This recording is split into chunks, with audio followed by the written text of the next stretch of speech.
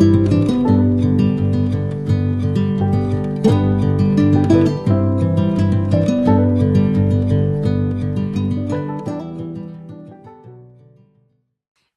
le tome 3 de la saga Au-delà des mots, Halo de Pauline Chimso en auto-édition. Je sais pas si vous vous souvenez, mais je vous ai déjà parlé du tome 1 et du tome 2 qui sont juste ici, donc le tome 1, le tome 2 et le tome 3, dans des vidéos précédentes sur ma chaîne. Donc dans le premier tome, on suivait Olivia et Tony. Le second, on suit Mathilde et Matt. Et dans le troisième ici, on suit Chloé et Charlie. Donc je vais pas trop vous en dire plus sur le troisième tome parce que sinon déjà en vous donnant les noms des protagonistes principaux je vous spoil un petit peu les tomes précédents et je trouve ça hyper dommage.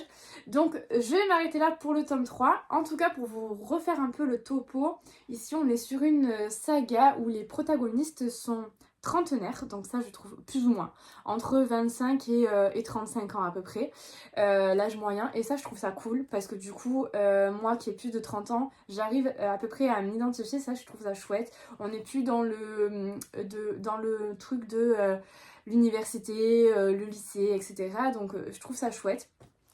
Ça va se passer plus ou moins autour du basket parce que du coup chacun est joueur ou entraîneur dans l'équipe de basket du village où ils sont. Ils vont tous être plus ou moins amenés à se côtoyer, certains sont amis, etc. Et je trouve ça chouette. Au fil des tomes, le fond de famille qui est déjà incroyable dans le tome 1, il monte en intensité, je trouve, au fil des tomes. Et ça, je trouve ça incroyable parce que n'importe quoi. Cette trope, je meurs pour elle. Clairement, j'adore cette trope. Quand il y a une saga où on a cette trope, c'est rare que ça fonctionne pas avec moi. Même si j'ai pas forcément de coup de cœur, franchement, je sais que je vais passer un bon moment où je vais kiffer. Et donc voilà, c'est le cas avec la saga de Pauline Chimso.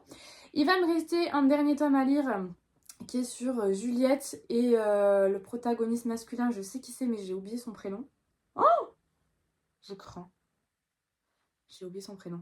Bon bref, c'est pas grave, ça vous évitera un spoil supplémentaire. Voilà.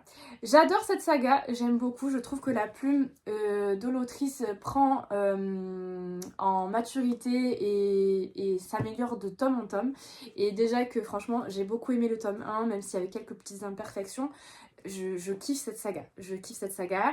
Le dernier tome, je l'ai pas encore dans ma pile à lire, je suis en no-buy pour le moment, mais je sais clairement que vu la couverture, il me semble que c'était assez estival. Je pense que dès le mois d'avril ou le mois de mai l'année prochaine, je le lirai et je vous reparlerai du coup de cette saga que j'aime beaucoup. La plume de l'autrice, comme je vous disais, est toujours autant addictive et elle prend vraiment en maturité. Je trouve que sa plume vraiment s'améliore de mieux en mieux et déjà qu'elle était bien au départ, franchement je kiffe trop, voilà, c'est vraiment une saga que j'aime beaucoup et que je prends plaisir à continuer. Bien que dans le troisième tome, du coup quand même pour vous en dire un peu plus sur ce tome, on est ici sur une trope, pardon, décidément j'y arrive pas.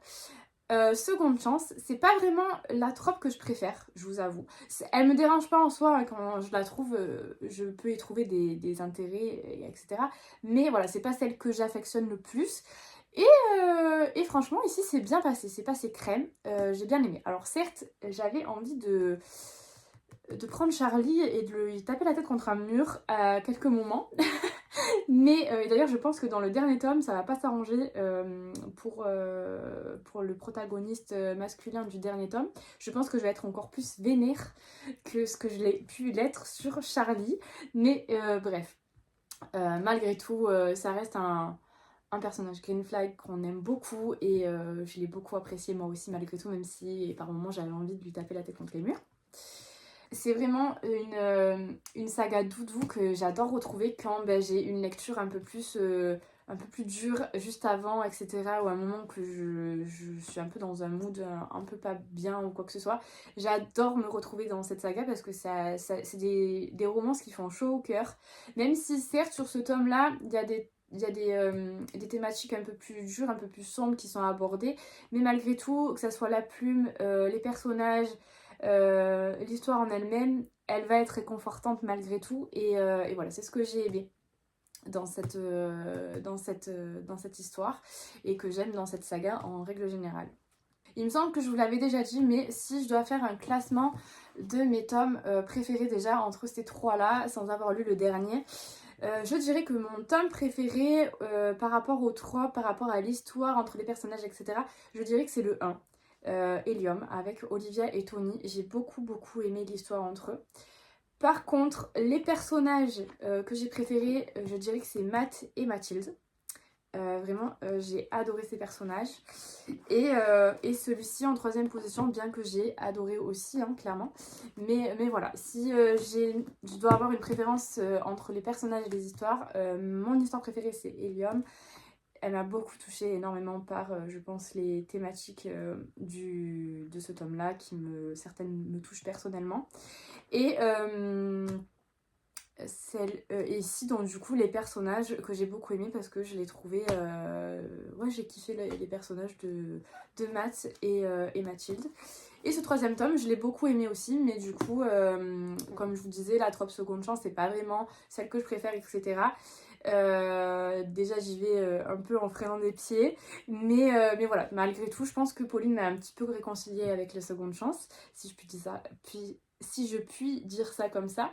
Et voilà, un tome encore excellent et une saga vraiment doudou que je peux que vous recommander quand vous avez besoin d'un petit peu de réconfort parce que cette saga est vraiment chouette, vraiment un petit bonbon, un petit chocobon à faire glisser sous la langue. Est-ce que vous les connaissez? Est-ce que ça vous tente du coup de découvrir cette saga, même si c'est en auto-édition, parce que je sais que beaucoup d'entre vous sont réticents à lire des livres en auto-édition. Et je trouve ça vraiment dommage parce que on passe vraiment à côté de pas mal de choses, je trouve. Mais bon, après c'est un choix et on peut pas. De toute façon, il y a tellement de choses à lire en vrai que on peut pas tout lire non plus. Mais voilà, en tout cas, si vous cherchez une lecture réconfortante, foncez sur cette saga, vous serez pas déçus.